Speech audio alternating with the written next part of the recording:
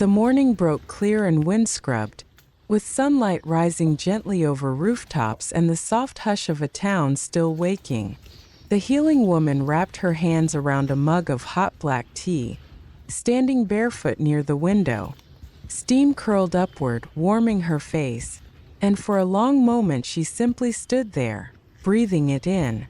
The ache from yesterday's forest walk still lingered in her calves and shoulders, but it wasn't the kind of ache that asked for rest.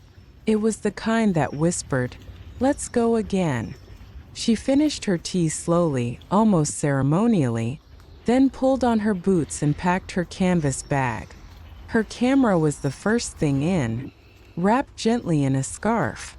She added a full water bottle, a can of Red Bull for the climb she knew was ahead, and a single caramello bar, chosen not for practicality, but because it reminded her of something small and indulgent, like kindness tucked in foil. By the time she stepped onto the trail, the sunlight had spilled into the canopy above, dappling the forest floor with patches of gold.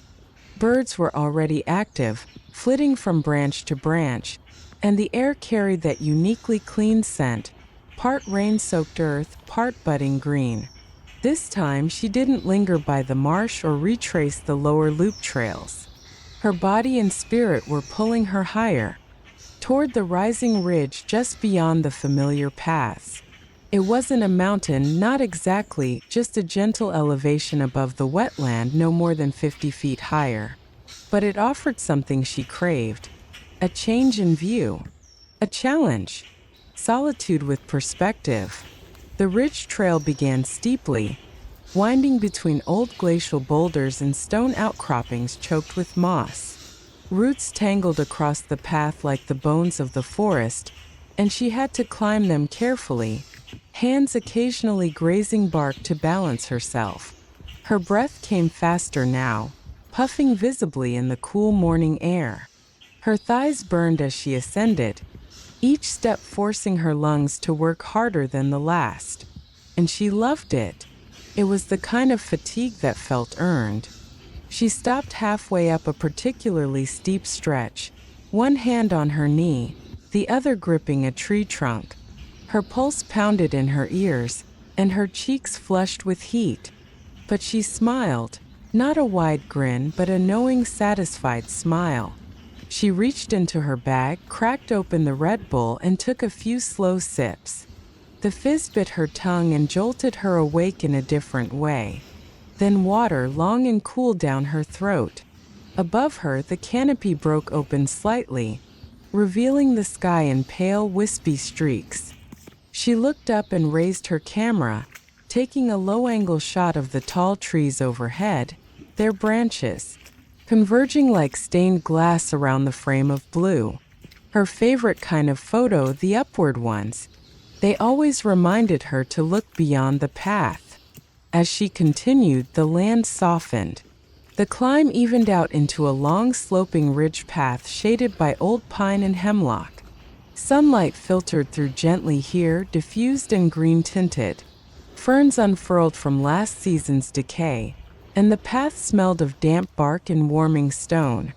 She paused to photograph mushrooms, white fans growing sideways from fallen birch, clusters of orange-capped fungi under pine needles, small buttons so perfectly round they looked sculpted.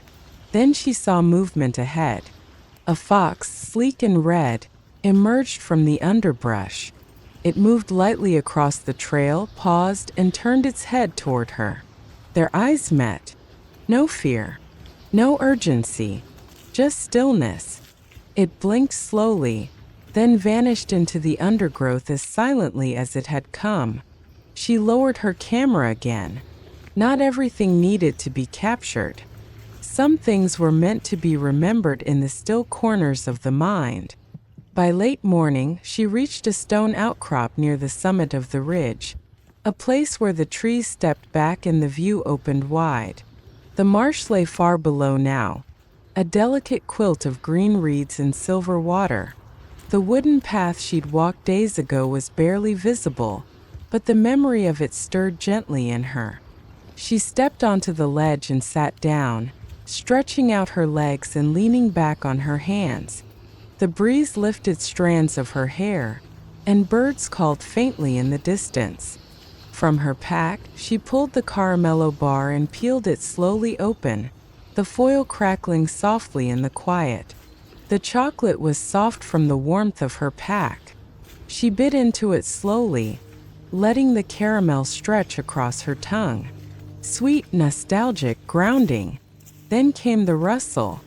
To her left, a small chipmunk emerged from beneath the ledge, nose twitching, tiny paws pressed to its chest. It watched her cautiously at first, then, seeing no threat, hopped closer. It sat beside her, less than 2 feet away, tail flicking lightly against the rock. They sat like that for nearly a minute, breathing in the same wind. It blinked at her, then looked out over the trees, as if it too appreciated the view. She didn't move. She didn't reach for the camera. This was the kind of moment that photographs couldn't hold. Eventually, the chipmunk turned, gave one last flick of its tail, and disappeared beneath the ledge. She smiled again, this time softly, almost to herself. After resting a while longer, she stood and followed a winding loop along the ridge's edge, where deer tracks dotted the dirt and wildflowers reached for the sun. She stopped often to photograph the unexpected. The spiral of bark on a fallen tree, the arc of a hawk flying high, the echo of wind through the pine needles. Descending was easier but not effortless. Her legs were shaky now, her knees humming with the impact of the hill's return. But she didn't rush. She moved deliberately, each step a continuation of the conversation she had been having with the woods all morning. At the base of the ridge, where the trail met the softer ground again, she paused. The sun had climbed high. The chipmunk was long gone. The ridge stood quietly behind her, its rocks and shadows unchanged, but somehow now a part of her. She turned once more, then continued on, carrying with her not just the photos, but the breathless climb, the caramel-sweet stillness, and the weightless joy of sharing a stone with something wild.